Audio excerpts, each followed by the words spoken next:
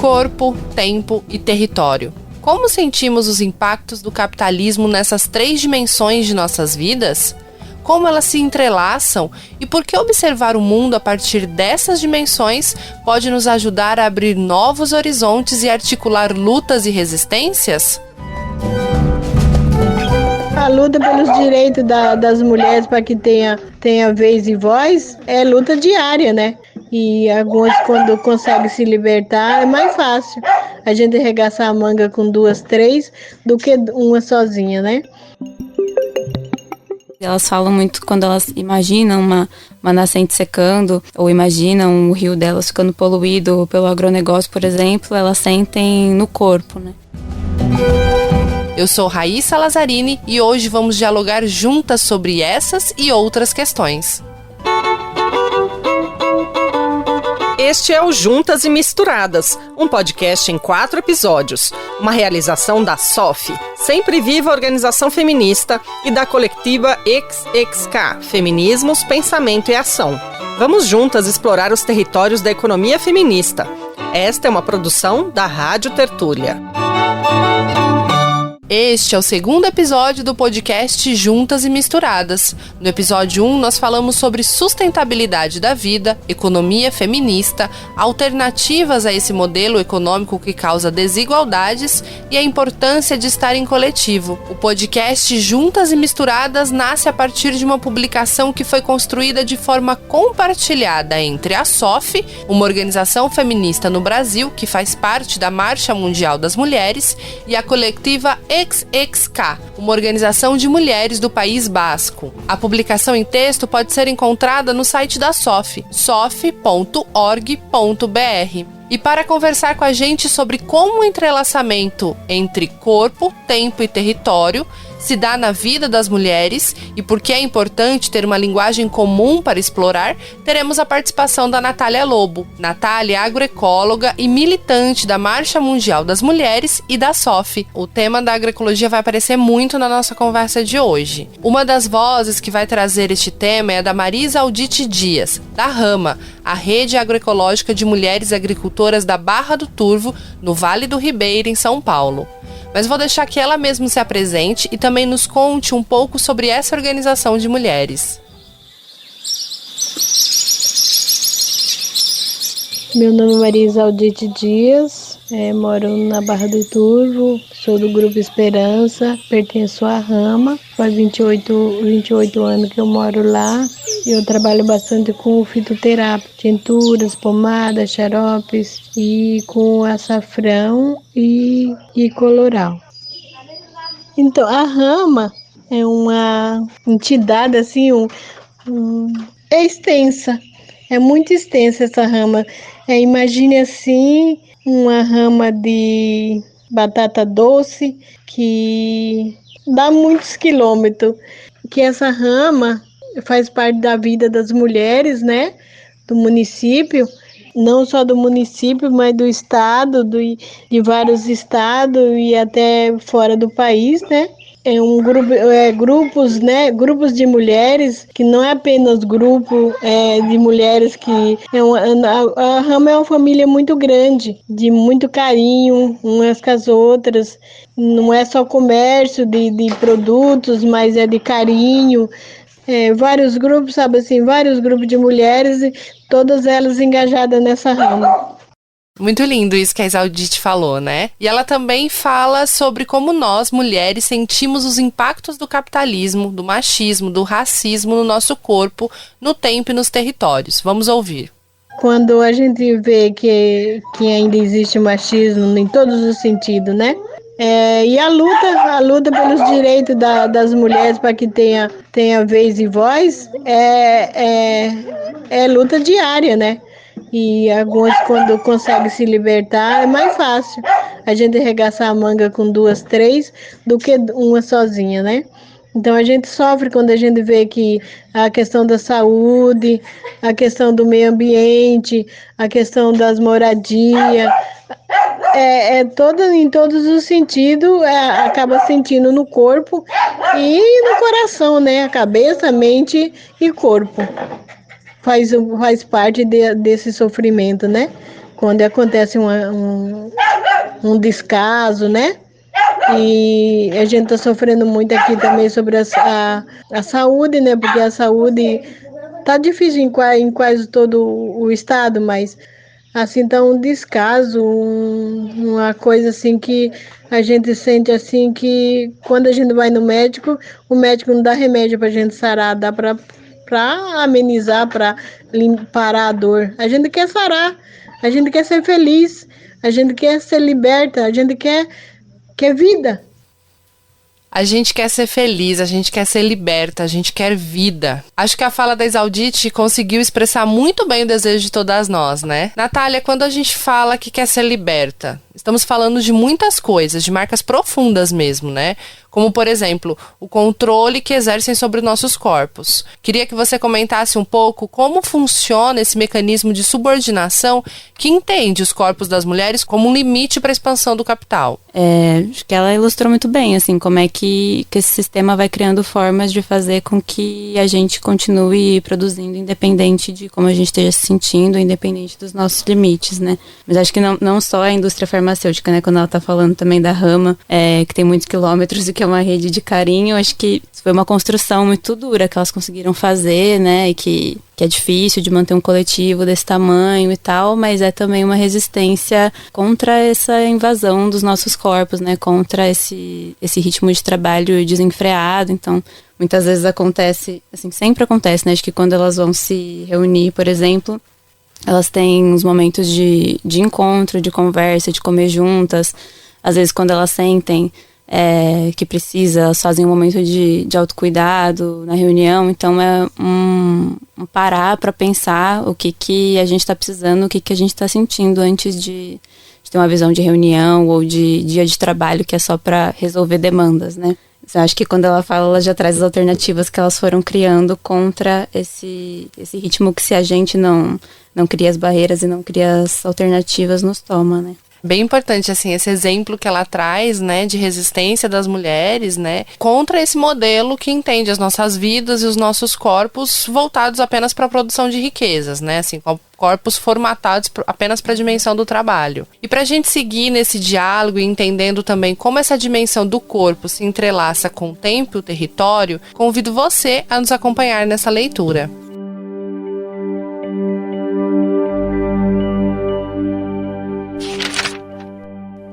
Vamos ler juntas?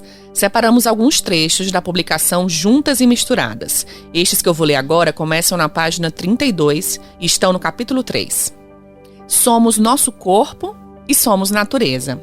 Essa é uma perspectiva política que enfrenta as dicotomias e dualidades operadas pelo pensamento ocidental, androcêntrico e branco, que separa a materialidade dos nossos corpos das emoções e hierarquiza os sentidos com a supremacia da visão na percepção do mundo. A divisão sexual e racial do trabalho se articula no disciplinamento dos corpos das mulheres para o trabalho precarizado, seja em empresas, fábricas, campos, ruas ou casas. Os trabalhos moldam os corpos, deixando neles marcas e cicatrizes. Fragilidade e força são manipuladas de maneira racializada. As mãos e as pernas das mulheres que realizam trabalhos manuais são apresentadas como se fossem menos femininas, por se distanciarem da imagem de uma boneca de porcelana.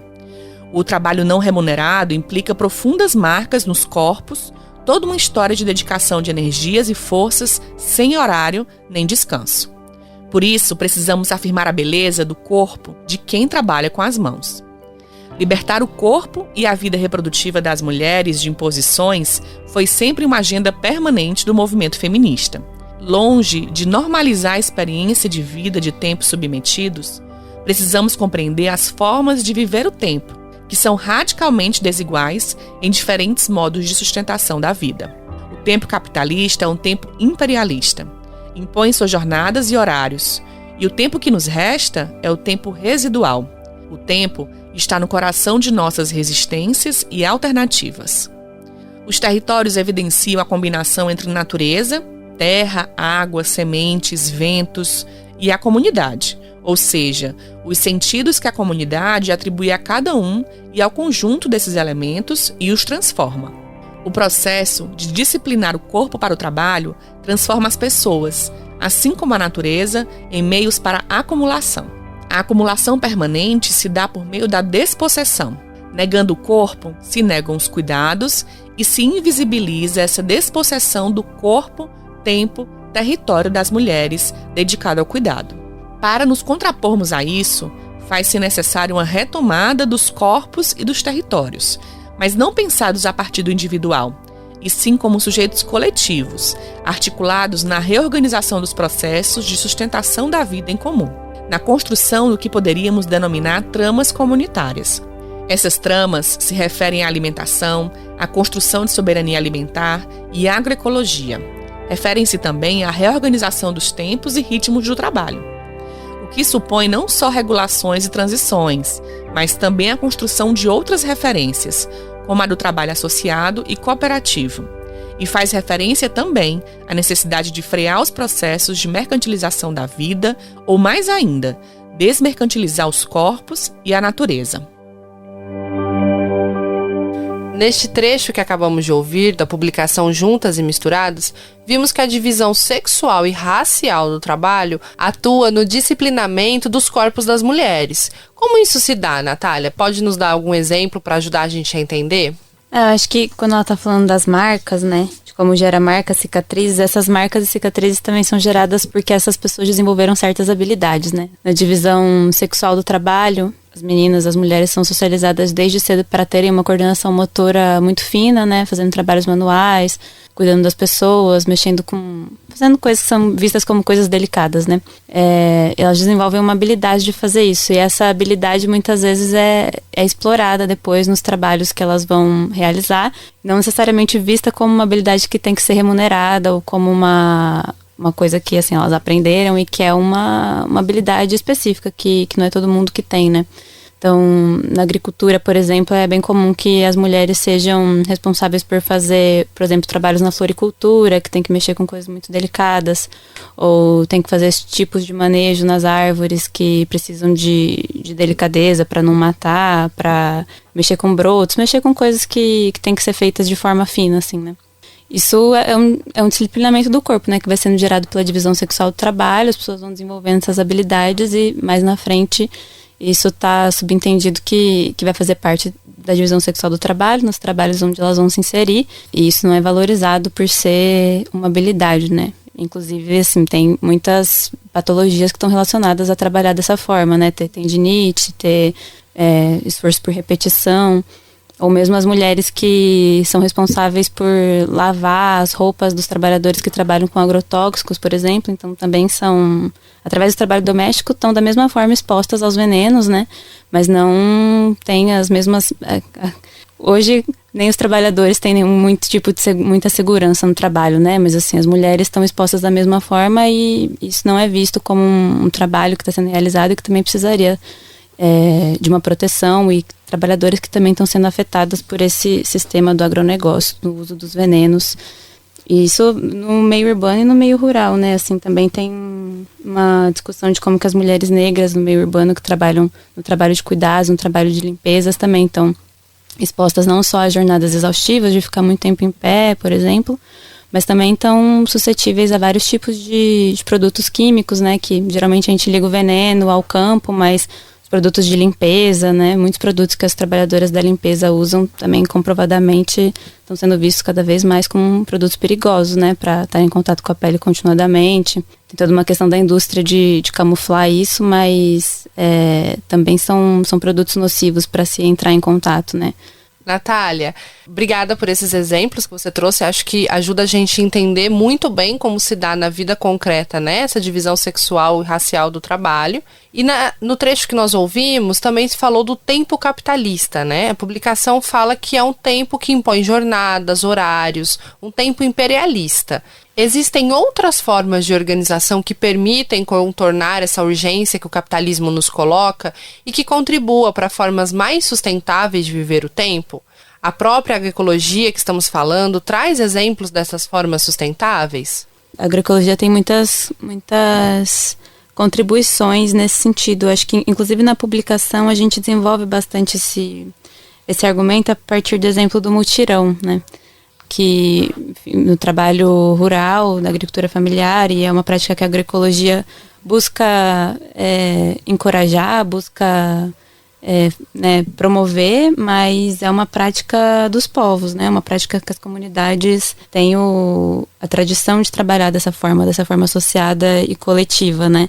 E a gente acha que é uma forma tanto de dividir o trabalho ali, né? De fazer uma autogestão, de trabalhar associadamente, por exemplo, numa área, para abrir uma área, para roçar uma área, para fazer um plantio. É interessante também que a gente pensa que é uma forma de trabalho que contorna melhor ou lida melhor com os tempos da natureza, né? Porque são tipos de trabalho que não podem, na verdade, ser feitos individualmente, né? Se for uma pessoa carpindo mato, quando ela terminar de carpir, o lugar onde ela começou já vai estar cheio de mato de novo, né? O mutirão, na verdade, é uma forma específica de trabalhar, né? E aí que envolve várias dessas coisas que a Isaldite falou pra gente no começo, né? Que não é só trabalho, é carinho. Então é uma forma de estar junto e de também comer junto e um momento de socialização e onde acontecem muitas trocas culturais, né? E é uma prática, inclusive, que as mulheres têm trazido, assim, têm se apropriado, as mulheres do campo, né, têm se apropriado, mas têm trazido contribuições e críticas também sobre como muitas vezes é naturalizado que as mulheres não têm a mesma força que os homens para trabalhar. Então é comum que um dia de trabalho de uma mulher no mutirão seja visto como menos trabalho que o dia de um homem. Então, umas equivalências, assim, né, de que teriam que ser duas mulheres para trabalhar como um homem. Ou então a mulher que está trabalhando na cozinha, que vai fazer o almoço de todo mundo quando o mutirão parar, não é vista como uma trabalhadora que também está contribuindo para aquele momento coletivo, né? Então, acho que a agroecologia tem esses exemplos de formas sustentáveis, né? O mutirão é um exemplo, mas acho que também a organização coletiva, por exemplo, da comercialização dos alimentos através da economia solidária é um outro exemplo, né? De não submeter à lógica do mercado, onde as mulheres conseguem ter muito mais controle sobre os preços que estão sendo praticados, para quem o alimento está chegando. Assim, por um lado tem esse trabalho de autogestão, né, de que quando a gente está fazendo as coisas através da economia solidária, a gente também precisa fazer o trabalho da autogestão por inteiro, mas por outro lado também os frutos desse trabalho são muito mais valorizados, né, e isso, quando é feito coletivamente, também tende para contribuir para que a gente seja mais soberana do nosso trabalho, do nosso tempo. Mas eu acho bem interessante que, assim, essas coisas, o mutirão, a comercialização solidária, são coisas que a agroecologia como um todo procura promover, mas quando a gente olha para as práticas das mulheres, elas se apropriam disso, mas também colocando o feminismo ali, né? Naturalizando, indo contra a naturalização de que certas coisas não são trabalho, indo contra a naturalização dessa ideia de que o trabalho das mulheres vale menos. E eu acho que tem inclusive a ver com o que a gente estava falando antes, né? De tirar a centralidade também do trabalho agrícola dessa ideia da força. Muitas vezes, talvez, realmente uma mulher não tenha a força de um homem para, por exemplo, capinar, mas os trabalhos que elas estão fazendo de colheita dessa forma muito mais atenta, que não vai estragar produtos que são muito delicados e tal, são coisas que muitas vezes não são vistas ali como um trabalho tão importante quanto o trabalho da força, né? Então, elas vão, nas práticas delas também, desnaturalizando várias ideias enraizadas, às vezes até dentro da própria agroecologia. Natália, acho que na sua resposta, e a gente também vê isso na publicação, né, que é preciso enraizar as alternativas nos territórios, né, tecer nesse espaço as relações que nos sustentam. E para ilustrar essas resistências territoriais frente ao machismo, ao capitalismo, convido você, Natália, e quem nos ouve a conhecer uma conquista coletiva das mulheres do Vale do Ribeira que a Isaldite compartilhou com a gente. Quando a mulherada decidia fazer alguma coisa, a maioria dos homens dizia, isso aí não é nada, mas quem que vai fazer? É as mulheres. Não vai dar nada. Mas graças a Deus nós já mudamos um pouco essa mentalidade no nosso bairro. Nós falávamos de fazer feira, imagina quantos anos a gente falou. E hoje a gente vai para segunda-feira na feirinha no bairro, né? E é as mulheres que estão fazendo, né? Então a gente tem que mostrar que tem força, que pode, que a gente pode fazer as coisas, que a gente tem capacidade de fazer. Natália, e no exemplo da Exaudite, a gente pode ver como o tempo dedicado à mobilização social para a transformação de maneira coletiva impacta diretamente no território. Queria que você comentasse um pouco mais sobre esse entrelaçamento, corpo, tempo, território, e como entender esse entrelaçamento nos ajuda a definir nossos horizontes de luta. Na fala das mulheres fica muito claro, né, como isso é indissociável. Mas eu acho que tem essa ideia de trazer a dimensão do território, inclusive nessa perspectiva de fazer as tramas comunitárias, né, de imaginar uma forma de organização que não necessária, que foge dessa ideia, que é uma ideia muito liberal das pessoas sozinhas buscando as alternativas, como se as pessoas sozinhas pudessem promover as mudanças, mas também ajuda a gente a ter uma esfera assim comunitária, territorial, também que fuja da ideia de que a política, por assim dizer, só poderia acontecer em ambientes muito amplos, né, através de coisas muito abstratas. Então eu acho que quando a gente pensa nos territórios, nas tramas territoriais, a gente consegue pensar em formas, inclusive, de fazer política que visibilizem as coisas que estão acontecendo dia a dia, inclusive, né? Por exemplo, o próprio grupo de mulheres está fazendo essa mobilização no bairro da Exaudite. A gente sabe as mudanças que a mobilização delas promoveu já naquele espaço, né, em vários sentidos, em relação à agroecologia, em relação ao saneamento básico, em relação ao acesso à saúde. Então, assim, é uma luta muito concreta que promove mudanças ali no ambiente do território, né? E acho que essa ligação do território e do corpo é uma coisa que a gente sente diretamente, por exemplo, através da exploração do trabalho que a gente sente no corpo. Mas achei muito legal também no começo que a dona Exaudite estava falando de como quando ela sofre, quando vê as coisas e sente sofrimento no corpo, né? E as mulheres agricultoras que estão muitas vezes muito ligadas à natureza ali do local onde elas vivem, né? Tem uma ligação muito próxima, inclusive, com essa questão da água, né? Elas são muito suscetíveis, assim, às mudanças que acontecem no ciclo da água, as mudanças que acontecem nos rios, e elas falam muito quando elas imaginam uma nascente secando, ou imaginam o rio delas ficando poluído pelo agronegócio, por exemplo, elas sentem no corpo, né? Ou também quando elas estão numa reunião assim, mais ampla, né, que elas estão representando o movimento, mas que tem outras pessoas, tem homens inclusive, elas falam que muitas vezes eles trazem pautas para as reuniões que não necessariamente elas entendem tudo do que está sendo pautado ali, mas elas sentem no corpo que aquilo não é bom. Sentem uma desconfiança a priori da forma como certas coisas são colocadas, como certos assuntos são colocados. Então, acho que as coisas do corpo, tempo e território é um entrelaçamento, assim, pra gente pensar como o capitalismo atua, então, disciplinando o nosso corpo, controlando o nosso tempo e na disposição dos territórios, mas acho que está muito entrelaçado também na prática política das mulheres, assim, no território como o lugar onde elas incidem, onde elas constroem as alternativas delas, e aí em aliança com outros territórios, né, por isso que a Rama tem muitos quilômetros, mas também tendo o corpo e o próprio tempo como um espaço da vida individual, que é um espaço de resistência, um espaço que é mobilizado na luta, né? Bom, e nós estamos chegando na reta final do episódio 2 e acho que vale a pena falarmos também sobre o conceito corpo, território e memória, como nos ensinam as companheiras da região mesoamericana, outro território da América Latina. Como a dimensão da memória entra aí nessa conta, neste entrelaçamento? As mulheres mobilizam muito a memória delas nas formas de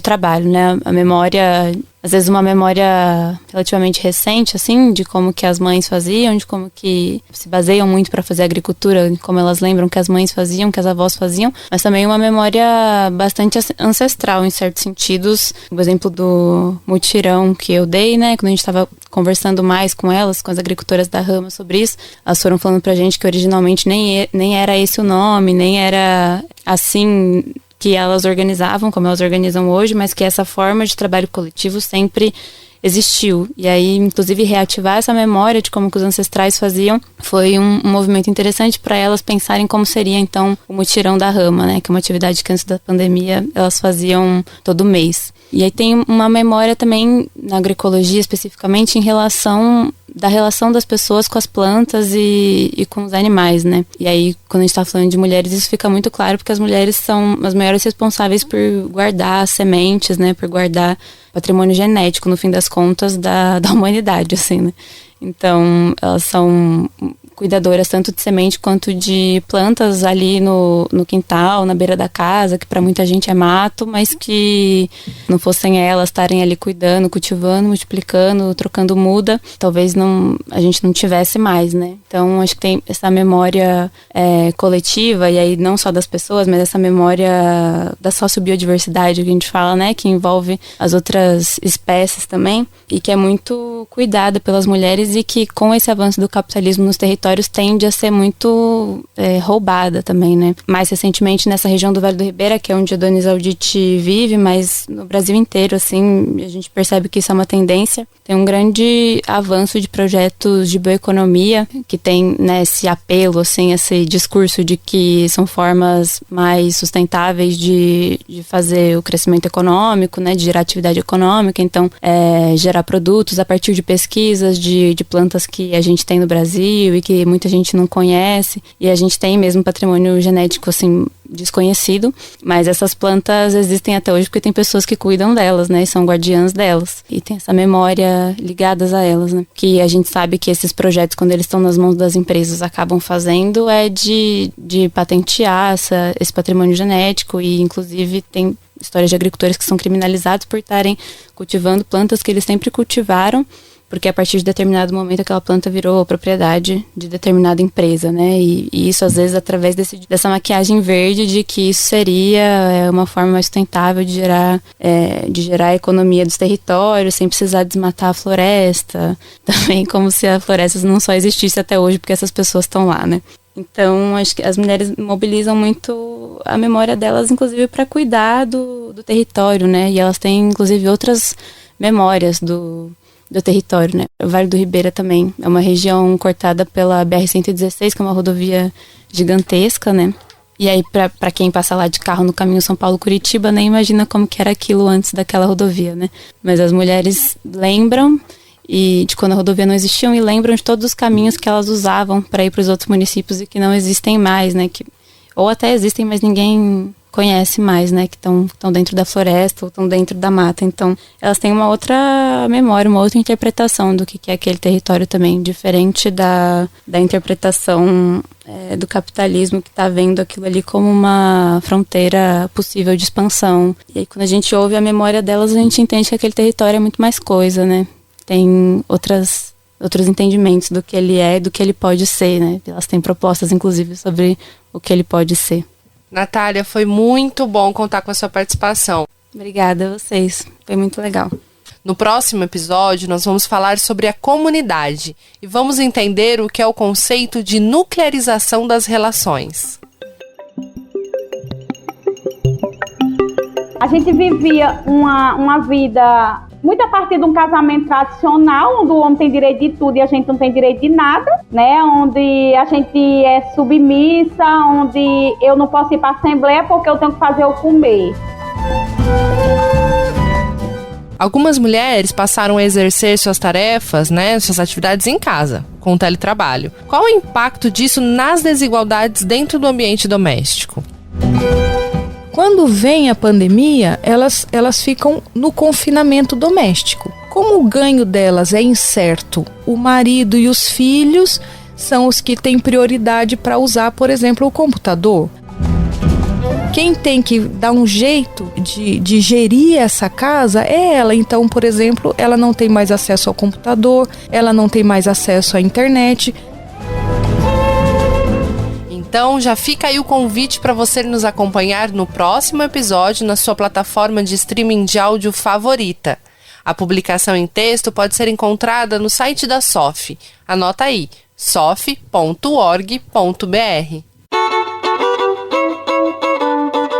O podcast Juntas e Misturadas é uma realização da SOF, Sempre Viva Organização Feminista, e da Organização do País Basco Colectiva XXK, Feminismos, Pensamento e Ação. A produção é da Rádio Tertúlia, com apoio da Fundação Rosa Luxemburgo, Escritório Brasil-Paraguai.